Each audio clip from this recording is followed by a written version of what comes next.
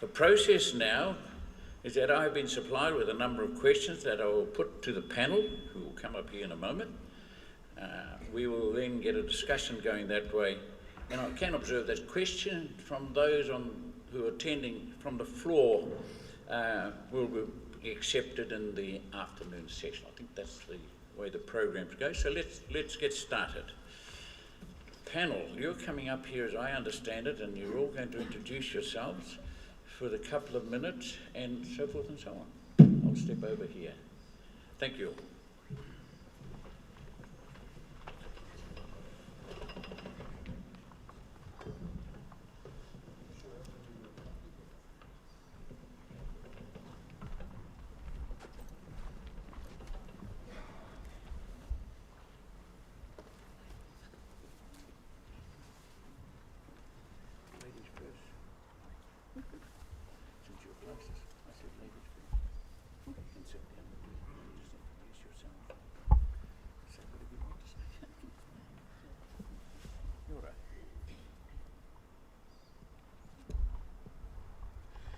Tuia te rangi e tui hiu nei, tuia te papa e takoto nei, ka rongo te ao, ka rongo te pō, ti hei mauri ora. Ko Ngāti Raukua, Ngāti Tūkorehe, Ngāti Wehiwehi, Ngāti Kapu, Ngāti Toa Ahau, ko Aroha Spinks tōku ingoa, nō reira tēnā koutou, tēnā tātou katoa. Kia ora, koro Don for the karakia and opening this morning, and the speech that you gave, along with cousins Mahinarangi and Kahu. I look forward to having conversations and for you inspiring me as well today. So, kia ora. Kia ora, my name is Bruce Glavovic. I work at Massey University in New Zealand, and as you can tell from my accent, I haven't historically been an All Blacks supporter, but now I am. I've come from Southern Africa, been in New Zealand nearly 20 years, and my work focuses on natural hazards planning, climate change adaptation, particularly from the social science point of view. Growing up in apartheid South Africa means I've lived through repressive regimes, so my passion, interest, and work has always been focused on how do you create space for local people, indigenous people, to achieve basic human rights and do so in a way with dignity, in a way that's connected to their place of birth, their land, and so on. So I'm interested in issues of human rights, democracy, and environmental justice. Thank you. Thanks, Bruce.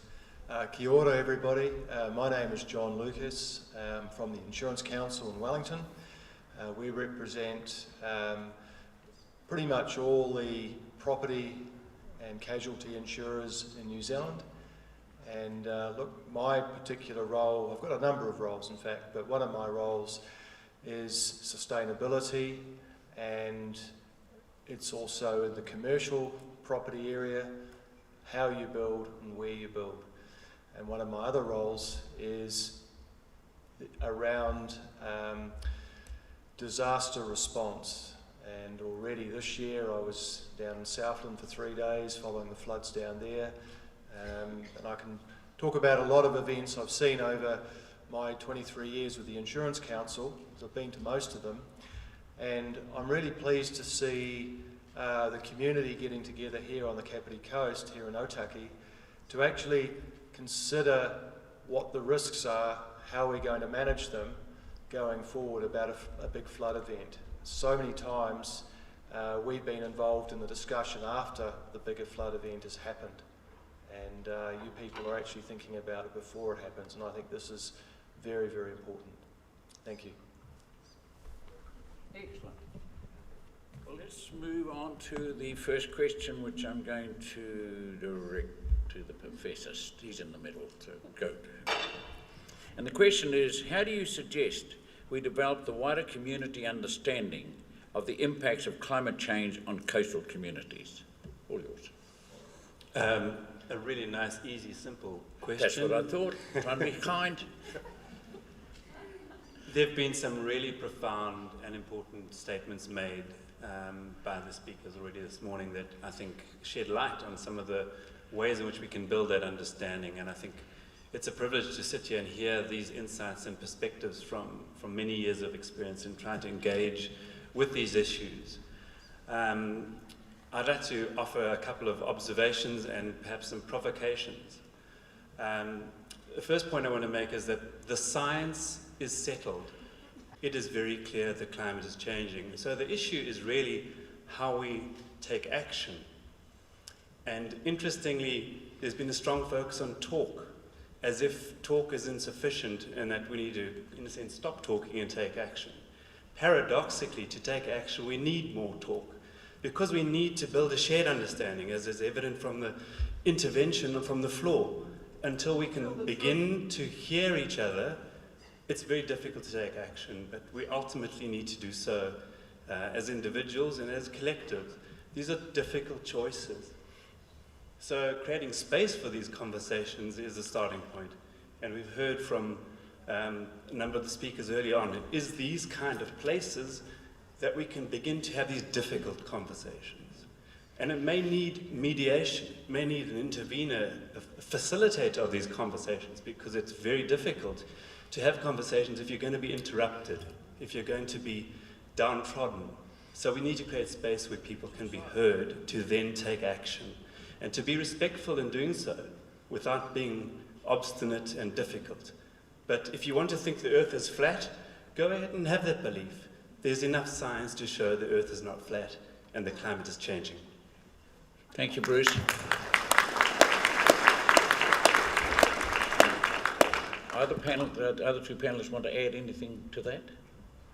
Not, I'll move to the next question. Just think about it, because we're not in a panic.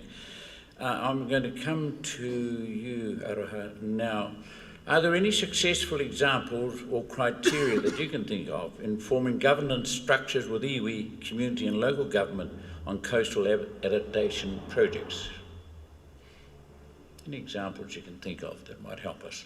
Kia ora. So I didn't mention very briefly in that introduction that I've had the honour of working with Papua and iwi locally and for the last decade. So mihi to those that have worked with us on those projects. And they're collaborative projects, but Māori-led. So some of those having collaborative scientists working with councils, planners, policy makers.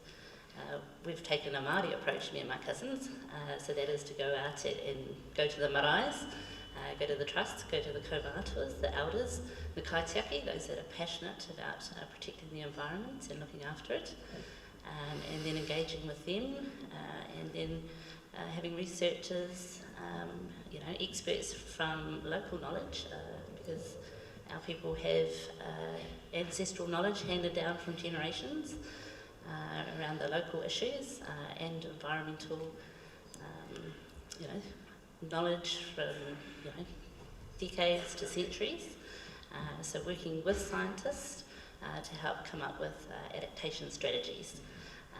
And we've had a few of those exhibited locally, and I think opportunities like today where we can all come together and collaborate, have conversations and inspire each other moving forward. It's brilliant to see today. Thank you. Again, hi to the panellists. Yes, thank you, Bruce. There are many examples around the world of what you might think of as bright lights, success stories, as much as there are dark spots. But as it's been said before, don't be under any illusion, there are really serious changes needed. We cannot carry on doing business as usual. I'll take you to a small place called Monkey River Village in Belize in Central America. Haven't been there, no.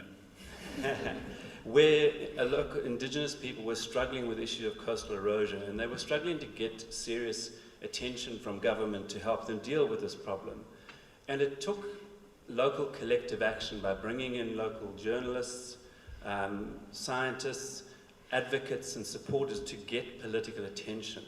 So, albeit I'm a social scientist, this is just one of many examples that shows that in order to get action on the ground, you potentially need support from higher levels of government, from other communities, and it becomes a political act where you need to get attention and draw in the media and so forth. So Oftentimes, where there are success stories, it's been the collaboration between community organizations, indigenous people, media, advocates, and so on, to get political attention. Thank you. Excellent. Tim, you don't want? No, fine. Thank you. Let's move on to the insurance industry. Can't have them out there resting. Well, you wouldn't want that to happen. How is the insurance industry itself adapting to the effects of climate change and the design of their commercial policies and practices? What can communities learn from this? Okay, so I'll just give a bit of an outline of really what insurance is. It's basically a collective pool where everybody can transfer their risks for their properties and their businesses into a pool. It's managed by an insurer. If they make a profit on it, they pay back to their shareholders. If they take a loss, they take that loss and they may have to put the premiums up the next year, okay? So in many May is a sort of loose word. It will put the premiums up next year. The shareholders take the initial hit, but they have to rebuild the pool, so yes. So Jim Bolger's right, the premiums will go up. So many countries around the world, flood cover is not an automatic insured peril under a comprehensive insurance policy for a business or your home. And in recent years, Australia has only just begun to include flood cover as an automatic peril under their policies. New Zealand's been lucky, we've always had it. Now Australia, following the bushfires this year, they had a huge flood event which no one really heard about. A massive hail event in New South Wales and a big flooding event. And this hail event was big. It didn't really make the media in New Zealand. It was certainly bigger than our Timaru event last year. So they had a dry period, they had fires, and then they had this massive rainstorm which has actually reduced the fire risk significantly, but it did a lot of damage. So we in New Zealand do take flood cover for granted. Now what we're seeing is that the frequency of weather and flood events is increasing significantly. The Insurance Council has been collecting data since the 1968 Wahine disaster in Wellington, and ever since then we've collected weather-related loss information or claims events for those 40 years. And if we look back on our data since 2005, the frequency of those loss events is increasing significantly. So we see that from our own data that we collect from our members. So what we're seeing now is there are parts of New Zealand that insurers are starting to increase those premiums because they're seeing increased flood claims experience. And going forward from there, insurers are now modelling what they're expecting to see in losses going forward. So they're using data and scientific information from the terrain of the country. The low points are really the targets. If you're in a low area, you could flood. If you're close to the coast, you could see storm surge issues with bad weather events. And if you are near a river, those are also areas which insurers have mapped out. Now, combining that, they're looking at future rainfall activity. A lot of that is science is, it's fairly conclusive, but it's still developing, and insurers are actually taking on board their own risk-based pricing.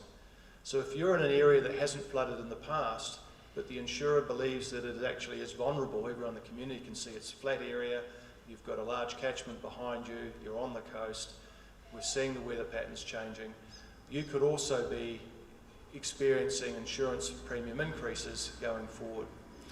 Now there's, the worst thing that can happen is flood cover being removed.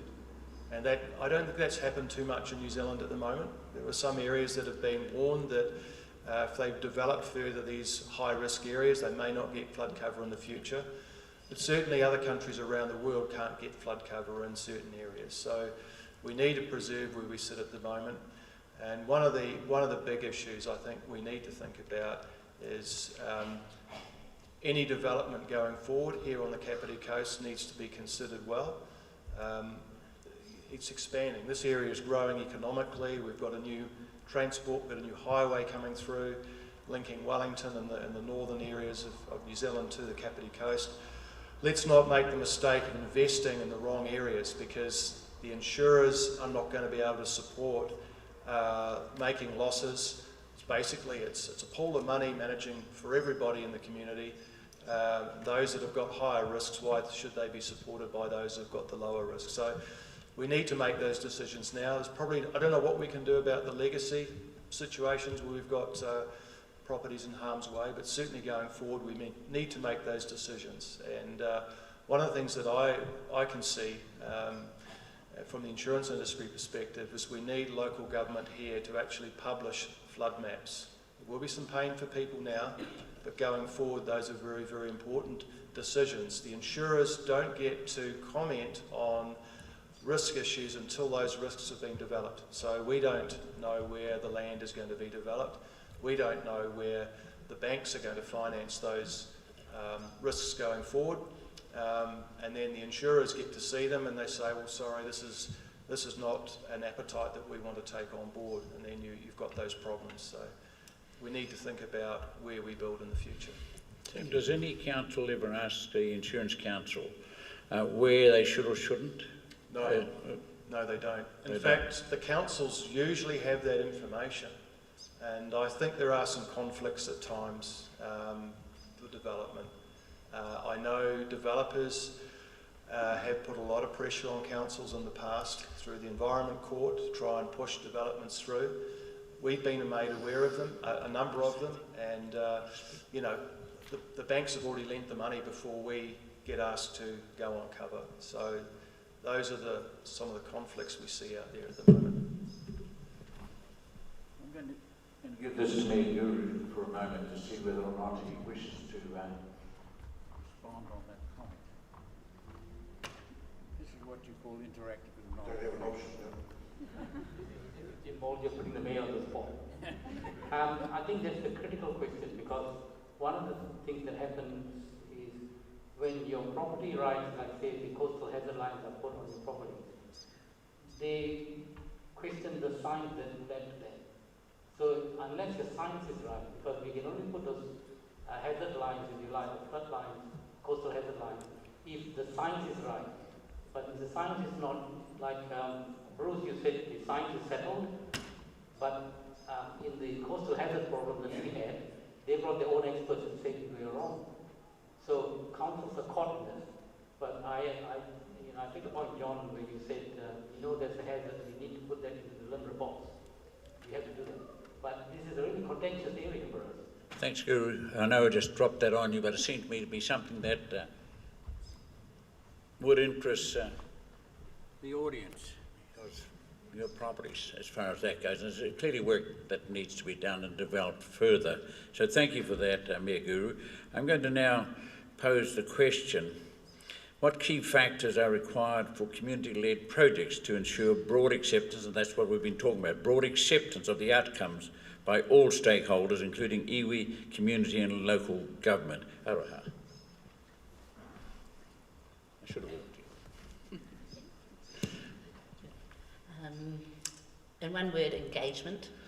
I think, like today, and having, kānui ki te kanohi, so face-to-face engagement, feedback, but acting on those. So having Māori communities being able to feed into those policies and planning, and managing the retreats if that's what's needed.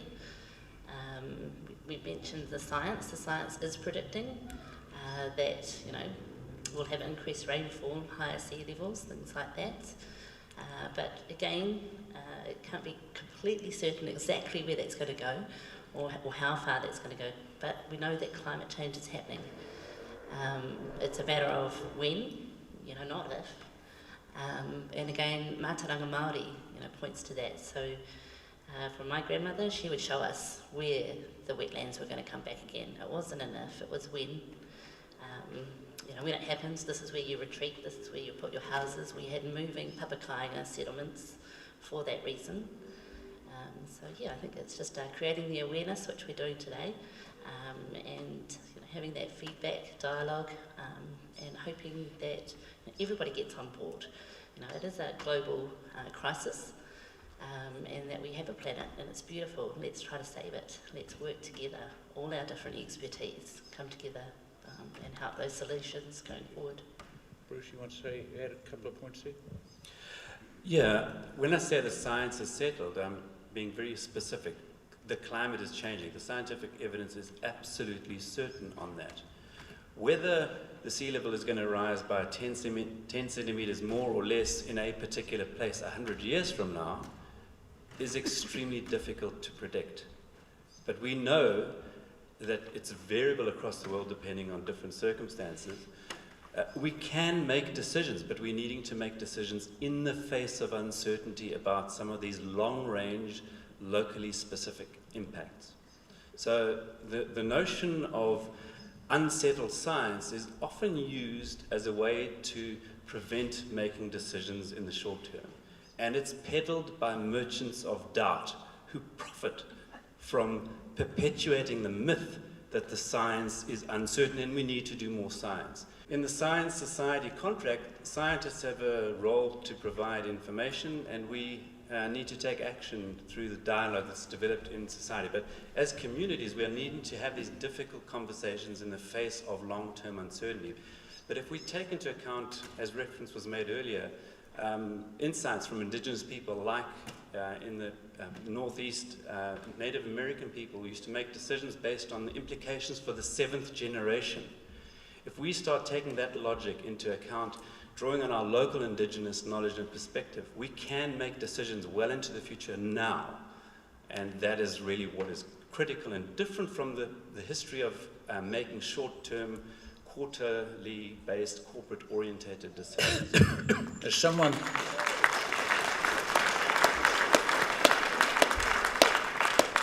someone I read recently put it, that you can juggle balance sheets and all the rest of the financial data every which way, which we see endless evidence of. But ultimately, you can't juggle with what happened in the climate. It's going to happen. The earliest I can recall people discussing climate change is that the extremes would become more extreme. And if you look at what's happening in the weather patterns around the world, that seems to be absolutely certain as far as that goes. I have one other question here. Well, I've got more than that. But what are the key factors to consider in ensuring coastal adaptation strategies access the impacts upon coastal Maori communities? And this is obviously quite a specific one because of the big Maori communities around the Kapiti coast. Who wants to start first? You? I think it's yours. Kia ora.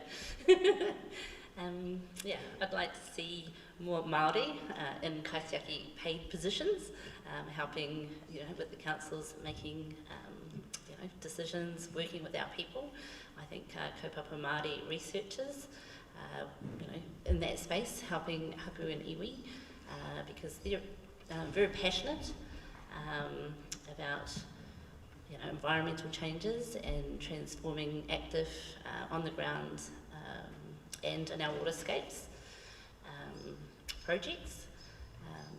So I think it is a key that we have more involved in that space and that they are paid to do that roles, and that the expertise that come from Māori are paid too. I think it helps that they're there at that table, influencing and incorporating that knowledge into decisions that have been happening. Thank you. I'm going to break my own rules. Yep. Have you got a short question you'd like to pose to the panel? If it could be proven by real scientists that carbon dioxide causes dangerous global warming, would the politicians and their academic change their policy? Often there's a distinction made between the role of science and the role of politics, and one of the challenges is to try and make political decisions on an evidence basis, informed by science, also importantly by local knowledge and by indigenous knowledge. And one of the challenges is to bring science together with local and indigenous knowledge to inform policymakers.